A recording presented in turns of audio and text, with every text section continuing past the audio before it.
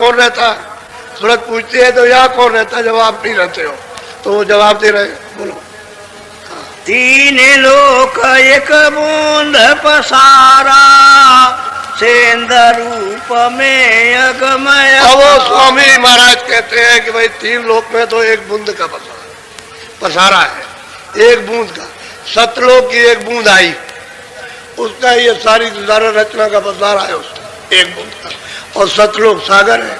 तो बताइए सागर और बूंद की क्या क्या व्याख्या, क्या महिमा की है? वो तो अर्वचनीय है, ये बूंद है उसकी, तो क्या किया जाए? और मैं इनसे अलग, मेरी एक बूंद आई, उसका ये पसारा है। अरे वहां तो एक सूरत आई, एक बूंदी तो है। वहां तो सागर में खचाखच सूरतें भरी हुई हैं, उसमें से एक यहाँ बहती, तो बूंद का ये पसारा। और इतनी ऊंची मंजिल पर झंझरी द्वीप पे सैतल कमल में बैठे हैं, इतनी ऊंची मंजिल पर नीचे नहीं आ सकते, यहाँ नहीं आ सकते, वही रहेंगे अपनी मंजिल पर। जगह नहीं छोड़ सकते कि ऊपर चले जा नीचे चले जा, वो जगह नहीं छूटेगी, वही के वही रहेंगे। तो कहते हैं मेरी एक बूंद, उसका ये सब पसारा तीनों लोगों का है, इन तीनों का मेरा, उनका है पसारा मेरा, मैं इनसे अलग रहता हूँ। बोलो।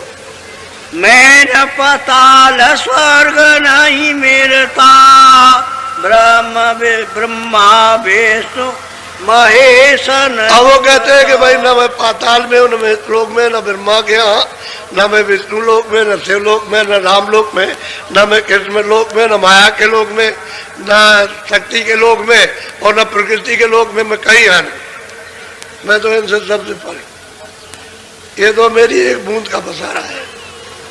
मैं कह दी, आप फिर को साफ उत्तर दे दिया और सब विधि से उसको समझाया। तो बात ये तो सूरत वो है जो वहां पहुंच करके प्रश्न कर रही है आपके लिए।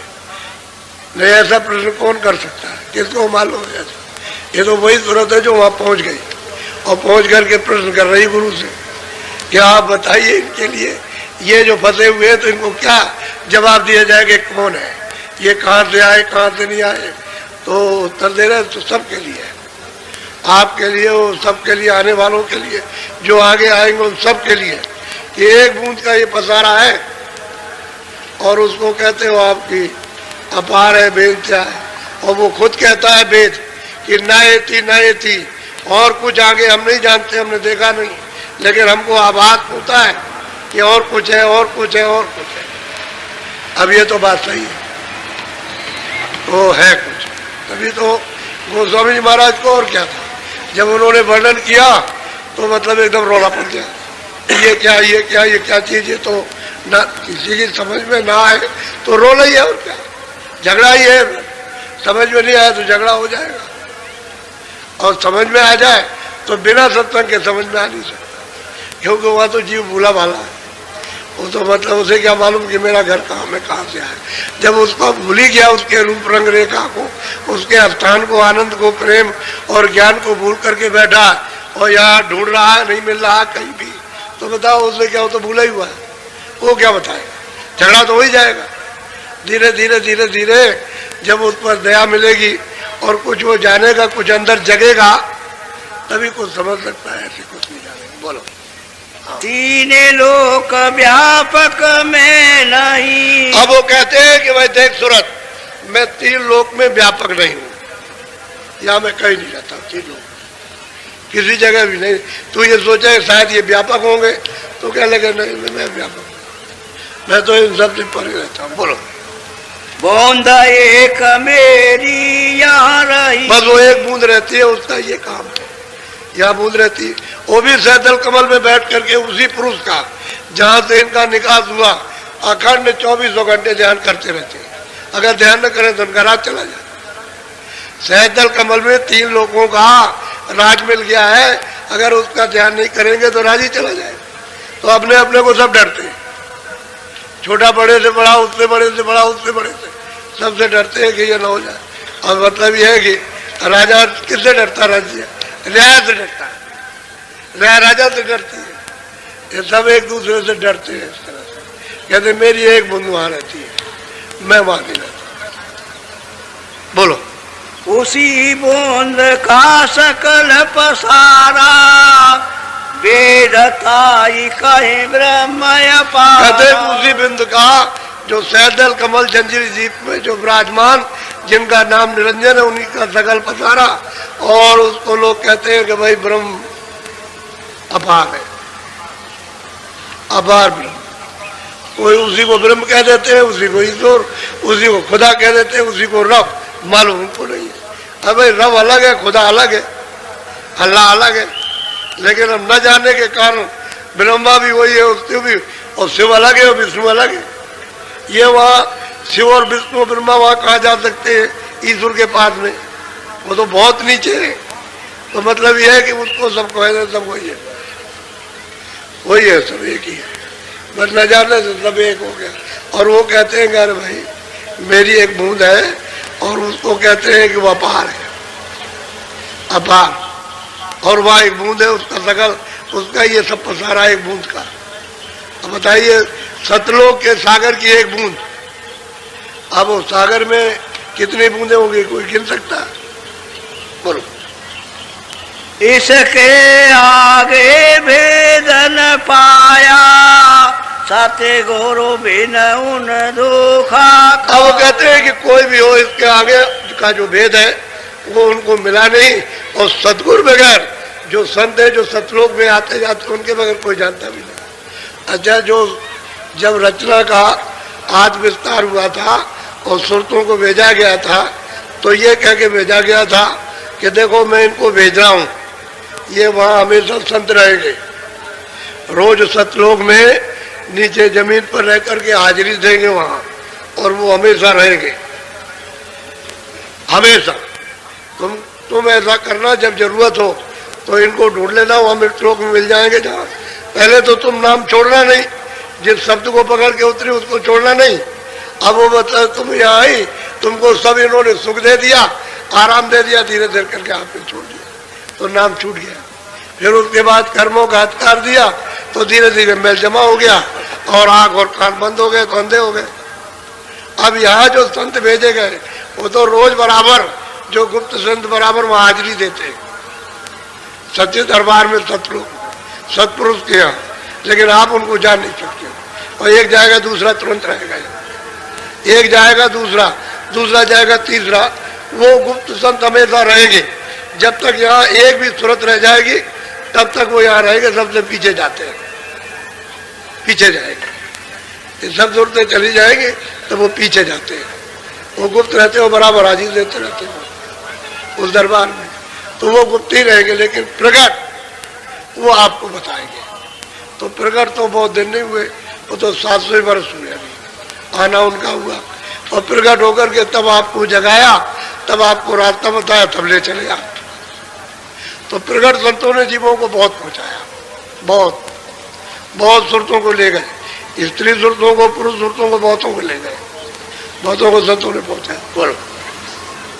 जितने मत है जग के माही, इसी बूंद को सेंध कब। जितने भी मत हैं इस संसार में, वो कहते हैं कि सब इसी बूंद के, और इसी बूंद को लोग अपार कहते हैं कि ईश्वर अपार है, ईश्वर अपार है, ईश्वर अपार। भाई अपार क्या होगा? ऊपर तो ब्रह्म बैठा हो, उससे भी बहुत बड़ा, उसका राज तो इस सबसे राज से बड़ा। ये पिंडलोक और ये अंडलोक, यानी स्वर्ग वैकुंठ जो 14 लोक है वो, और सूक्ष्म लोक में जो कितने मतलब ये है कि लोक हैं, अनगिनती लोग, कहते हैं वो सब उसमें जाकर के डूब जाए तो पता ही नहीं चलेगा कि किधर चले गए। इतना ऊपर ब्रह्म का मतलब ये राज है ऊपर में, इसी के ऊपर तो ब्रह्म का राज है, वहाँ ब्रह्म विराजमान बैठे हो। और इनसे बड़ा राज पार ब्रह्म का है, वो उसके ऊपर में। तो इसको ही उन्होंने कह दिया कि अपार है, इसी बंधु को। तो बेचारे क्या आगे का भेज जाने के, न वो ब्रह्म का जानते, न पार ब्रह्म का, न महाकाल पुरुष का, ऊपर का तो जानना ही नहीं, क्यों क्या जाने, कुछ नहीं है। इसी को जितने मत है बस इसी को जानते हो, इनको भी नहीं पाते। अगर इनको भी पा जाए तो मतलब अच्छा भी है, लेकिन वो सिर्फ पढ़ते लिखते हैं बस, और कुछ नहीं, दादा नादा ना कुछ। आँख तो खुली नहीं, आँख बंदी है, पढ़ना लिखना तो चतुरता है, ये तो बात है। ये पढ़ना लिखना तो ऐसा पढ़ लिख लिया, अनुमान लगाते ऐसा होगा वैसा होगा। अनुमान का काम क्या, जब उसका साक्षात्कार होता है। क्या अनुमान का काम? साक्षात्कार होता है। और बोलता है भाई वो तो चेतन है, आप जड़ हो, लेकिन सूरत अगर चेतन जाग जाए तो उससे बातचीत करती है। भाई गोस्वामी जी महाराज जब गए उस तरफ को तो मोह विलोक राम मुस्काई, तो बात तो की थी, कोई चुप थोड़ी बैठा हुआ, न ये चुप बैठे हुए बातचीत की, तो हंस करके बस मुंह खोल दिया। तो उसे रास्ता है उधर चले।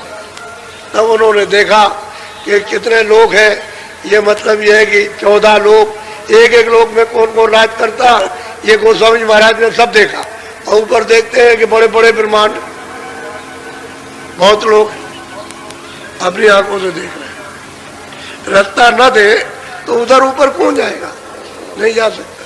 तो वही है, कहते हैं अरे सुनो, एक बूंद का ये सब है, और इसी को लोग अपार कहते हैं, तो आगे का तो भेद क्या मालूम उनको, क्या बोलो। इसलिए पहले की किताबें उसमें संतों का समाचार नहीं है, संतों का रास्ता उसमें कहीं भी नहीं मिलेगा आपको। आप कितना भी पढ़ लीजिए, अभी तो 700 वर्ष के अंदर ये संतों ने रास्ता खोला जीवों के लिए। पहले तो रास्ता बंद था, पहले था ही नहीं। इसलिए प्रमाण शास्त्रों में इसका कुछ नहीं मिलेगा।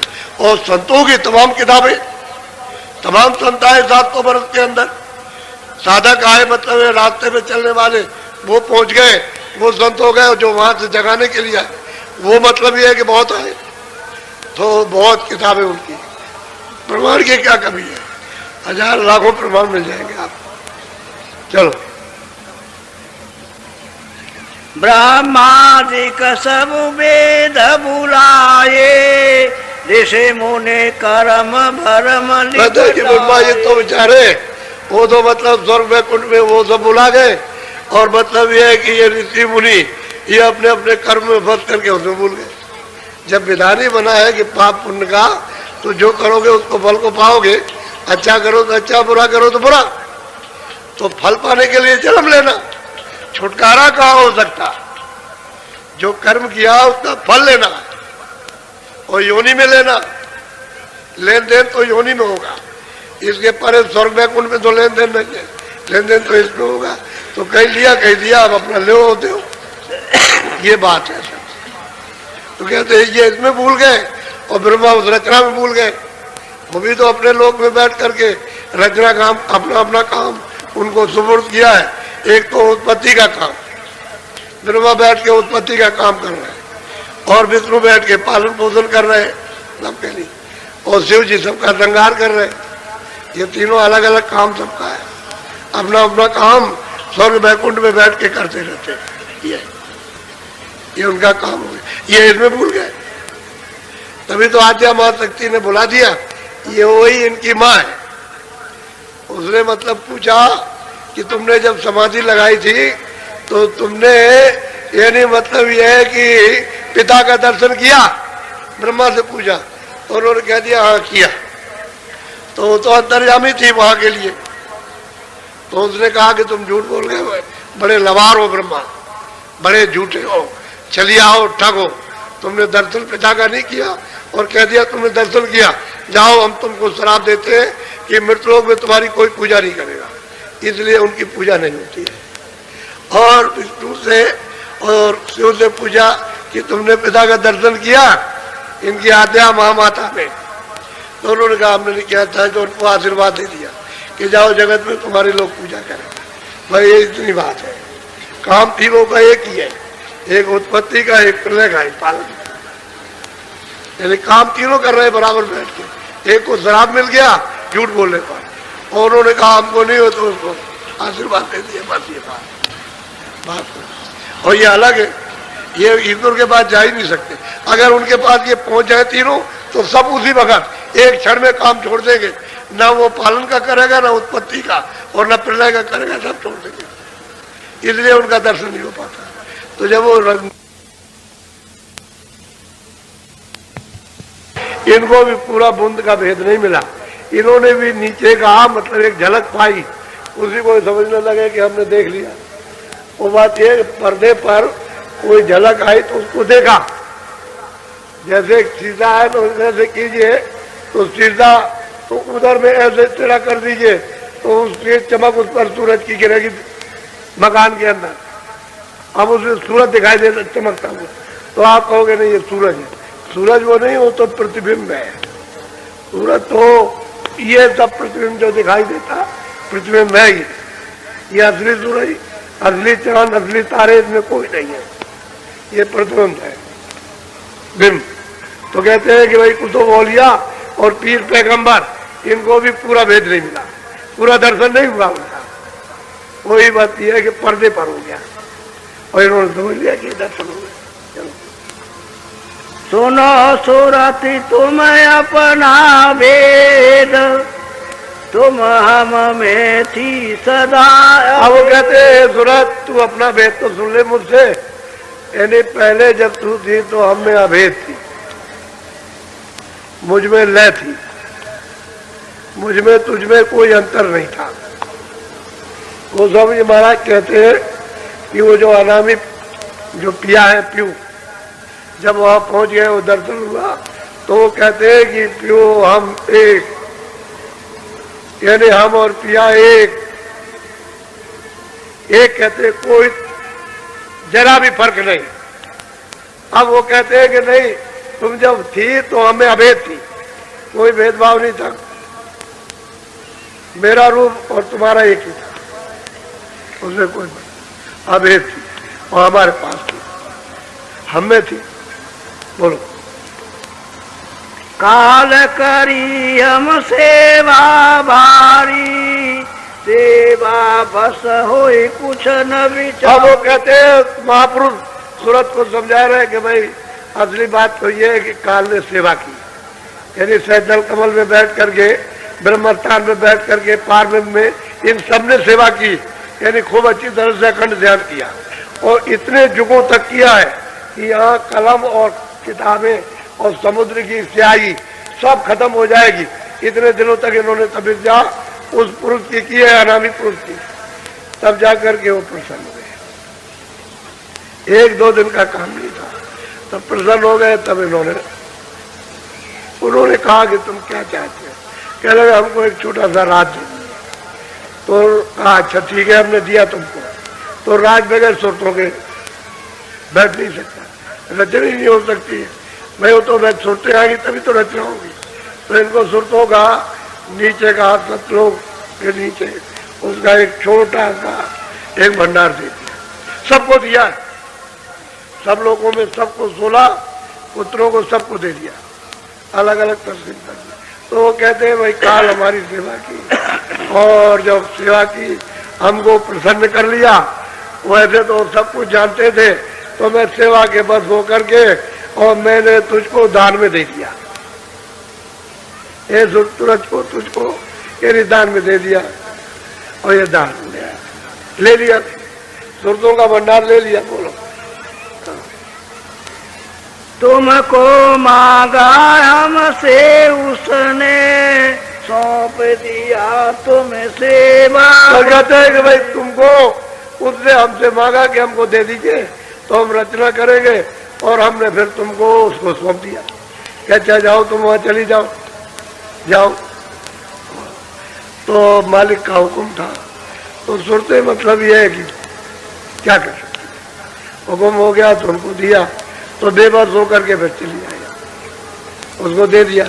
अब वो ले आए तो उन्होंने, अब ऐसे तो मतलब ये घेर नहीं सकते, मसाला मिला करके तब तो इसमें बैठाएंगे, मसाला नहीं अगर तैयार करेंगे किसमें बैठा देंगे। तो इन्होंने फिर रचना की, तो इन्होंने पहले सूक्ष्म लोग, यदि कारण लोग तो था ही, वो तो मतलब है ऊपर में है, तो सूक्ष्म लोग उसमें बनाया। तो शब्द स्पर्श रूप रस गंध और मन और बुद्धि और चित्त अहंकार, ये 9 तत्वों का उन्होंने एक शरीर, एक खोल तैयार किया और उसमें सूरत को बंद कर दिया। फिर नीचे उतारा तो 17 तत्व, 10 इंद्रिया, चतुसंताकरण, मन बुद्धि चित्त और अहंकार और रजोगुण तमोगुण सतोगुण, 17 तत्वों का लिंग शरीर उन्होंने तैयार कर और सूरत को उसमें ला करके वही सूक्ष्म वाले जो सूक्ष्म था उसमें अंदर बैठा दिया। फिर जब नीचे उतारा तो इन्होंने 5 तत्वों का कुल बनाया, जल पृथ्वी अग्नि वायु आकाश, तो उसमें उस पूरे को इसमें फिट कर दिया, यानी अलग नहीं है वो सूक्ष्म शरीर लिंग शरीर में और सूक्ष्म लिंग स्थूल में इसमें आ गया, इसी के अंदर है। अब इसको एक एक करके कपड़े को उतारना है, पहले बाहर का कपड़ा उतारो, फिर उसके बाद में फिर दूसरा कपड़ा, फिर तीसरा कपड़ा, आखिर में चौथा कपड़ा। 4 कपड़े उन्होंने डाल रखे, इसमें जुर्फे फंसा ली गए। बात तो असली है। तो कहते हैं उन्होंने तपस्या की और मुझसे तुमको मांगा, और मैंने मतलब ये है कि तपस्या के यानी खुशी में आकर के तुमको सौंप दिया कि तुम चली जाओ वहाँ, और ये कहा था कि मैं गंदगी छोड़ आना, और फिर तुम चली जाना, गंदगी वही रहेगी, उसको निकाल के हमने बाहर कर दिया, यहाँ फिर कोई गंदगी नहीं रहेगी। बोलो। काल लाई तन मन को घेरा, दुख सुख पाया तुम बहु तेरा। अब वो कहते हैं महापुरुष के सूरत जब मांग करके तुमको ले आया यहाँ आकर के, तो यहाँ नीचे मृतलोक में उतारा, तो उसमें मतलब ये है कि ये मसाले का ये पिंड बना करके और इसमें बंद कर दिया, ये तन और इंद्रियों इसमें बंद कर दिया, और तुमको फिर अपना उसने कानून सुना दिया, इसमें बदला दिया और घेर के रखा है कि हमारा ये कानून डुकी पीट दी कि जो भी पाप पुण्य करेगा अपनी इच्छा से मर्जी से, हमारी तरफ से कोई हुक्म नहीं है, हमने तो बना दिया ये पाप ये पुण्य जो करेगा अपना अपना भोगेगा। तो ले आकर के उसने यहाँ दोनों आंखों के पीछे दरवाजे में बैठा दिया। अब पाप पुण्य जो कुछ भी करोगे ये सब गंदगी इसके ऊपर जमा होगी, ये सूरत बैठी इसके ऊपर जमा होगी और यहीं से लदना शुरू हो जाएगा, और इतनी लदेगी इतनी लगेगी इस चतुर्संताकरण में, ये उसका हृदय दिल है, वह इतना लग जाएगा कि जरूरत दब जाएगी। आँख बंद हो गई, कान बंद हो गए, पहले तो खुली थी आँख, कान भी खुले थे, आँख भी खुली थी, पहले बंद नहीं थी। जब कर्मों का नियम नहीं बना था, अधिकार नहीं दिया था, तो आँख भी खुली थी, कान भी खुले थे, और रोज देखते थे, रोज जाते थे, और कितनी सूरतें वापस लौट गई थी। लेकिन बीच में जो झगड़ा लगा दिया, अब यही से रुकावट हो गई। अच्छा तलाशी दो, तुमने क्या किया, कितना तुम्हारे पास पाप है और कितना पुण्य है, तो इधर से निकाल के ले गए, वहां तलाशी दी, तो आपके पास पाप भी निकलेगा पुण्य भी।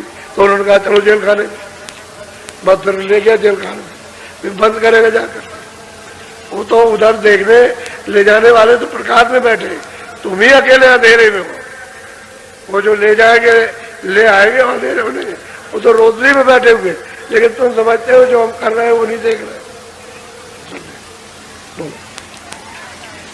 दुख में देखा हमको जब ही दया उठी हम आए तब। कहते जब हमने तुमको जब यहाँ मृतलोक में जब दुखी देख, क्योंकि गुप्त संतों ने जब पूरा संदेशा दिया कि वह जीव रो रहे तड़प रहे और इस तरह से चिल्ला रहे, कोई नहीं सुनता, काटे जा रहे, ये है नरकों में जा रहे, तो कहते हैं कि फिर हम तुम्हारे प्रति दया आ गए, तो फिर हम फिर यहाँ आए तुमको ले जाने के लिए, तभी तो उपदेश किया कि दया आ गई। अब वो तो दया का सिंध है, इनके पास तो थोड़ी दया, अरे बूंद के पास तो थोड़ी दया हो, तो सिंध अपार है, उसमें दया का सागर ही है अपार। तो कहते हैं तुम्हारे प्रति दया हुई, तो अब आए हैं तुमको ले जाने के लिए, चलो हमारे साथ, हम चलो घर में पहुंचा देंगे। साफ साफ सब प्रश्न का उत्तर हो गया, सब दे दिया, कोई बकाया नहीं छोड़ा, सब दे दिया कि आप कहाँ रहते हैं, आप कैसे हमको भेजा, ये कैसे किया, वो कैसे किया, कौन ले आया, हमको क्यों बताया, यहाँ तन में क्यों डाला, सब बता दिया, सब प्रश्न का उत्तर। और शास्त्रों में कोई चीज नहीं मिलेगी ये सिवाय शब्दों के बाद और किसी के बाद में लेने वाले नहीं कुछ भी। बोलो अब मतलब ये कि हम आए तुमको जगाने के लिए, तो ले चलना चाहते हैं, ऐसे कैसे चलेंगे, हमें कोई रास्ता है कि नहीं है, अगर रास्ता रहेगा तो जाएंगे और रास्ता नहीं रहेगा तो ऐसे किधर कैसे चले जाएंगे। तो वो बता रहे हैं, सुनिए जरा सा, बोलो। आई किया हम शब्द उपदेशा शब्द माही तुम करो। कहते हैं सूरज तू दोनों आंखों के पीछे स्तन में बैठी है, तो मैं आया हूँ, मैंने शब्द का उपदेश किया कि आओ तुम सूरज को शब्द में प्रवेश करो, चलो ले चले। अब वो बताएंगे कि भाई शब्द यहाँ है, नाम यहाँ पर है, डोरी यहाँ पड़ी हुई है, वो सब बताएंगे। यहाँ डोरी पड़ी है, इसको पकड़ो। ये कहेंगे कि हमने तो तेरे लिए सुलभ सीढ़ी बना रखी है, तू चढ़ चल, मैं ले चलूंगा, चढ़ती चल, चढ़ती चल, मैं ले चलूंगा, तो चल। तो चढ़ाएंगे नहीं तो कैसे कहेंगे? चढ़ाते ले चलते हैं सीढ़ी पर। तो कहते हैं हमने शब्द का उपदेश, नाम का उपदेश आकर के हमने किया कि और कुछ नहीं, सुलभ है, सीधा है, सहज है कलयुग में कि सूरज को नाम के साथ में प्रवेश करना, नाम से जोड़ दो, उसमें ले करो, चलो घर में चलो। हमने ये आकर के उपदेश किया। बोलो। अच्छा, सब संतों ने शब्द का उपदेश किया, यानी जितने भी संत आए, किसी ने बगैर शब्द के कोई नहीं ले जा सकता। जो भी ले जाएगा उस शब्द से ले जाएगा, नाम से, आवाज से ले जाएगा। आवाज से उतर के सुनते आई और आवाज से वापस जाएगी। बोलो। शब्द शब्द पौड़ी हम रची, चारे चारे पहुंचो नगरी सच। कहते हैं कि भाई हमने यानी घर में पहुंचने के लिए हमने पौड़ी पौड़ी कहते सीढ़ी, नाना जी महाराज की किताब में खूब लिखा पौड़ी के बारे में, क्योंकि वो भी तो संत थे, वो भी तो आते जाते, उन्होंने भी जीवों को बहुत जगाया चढ़ाया। कहते हैं हमने पौड़ी रची, सीढ़ी बनाई है ऊपर चढ़ने की, गगन में आकाश में जाने के लिए। आकाश में ऐसे थोड़ी चढ़ जाओगे, वो तो सीढ़ी है, सीढ़ी चढ़ो तो नाम को पकड़ो, एक स्थान पर दूसरा नाम, तो दूसरे स्थान पर तीसरा नाम, तीसरी आवाज, तीसरा आवाज तो चौथे पर। कहते हमने पौड़ी बना रखी सीढ़ी, उसमें धीरे से चढ़ चलो, नाम की डोरी पकड़ कर, और पीछे से हम तुमको लेते चले, कोई तकलीफ नहीं होगी। चल चलो, हम तो उधर भी मिलेंगे, इधर भी मिले, उधर का बताने वाले इधर भी मिले, इधर से उधर का बता रहे, वो तुम यहाँ फंस गए हो, इधर का बता रहे, दोनों तरफ, इधर भी मिलेंगे, उधर भी मिले, इधर भी देखो, उधर भी देखो। उधर दूसरा रूप है, वो जो पहले जो तुम में थी अरूप में, वो उधर रूप है, और ये तेरा रूप है, जिस तन में तू बसी है वही तन है। चलो ले चलेंगे। बोलो।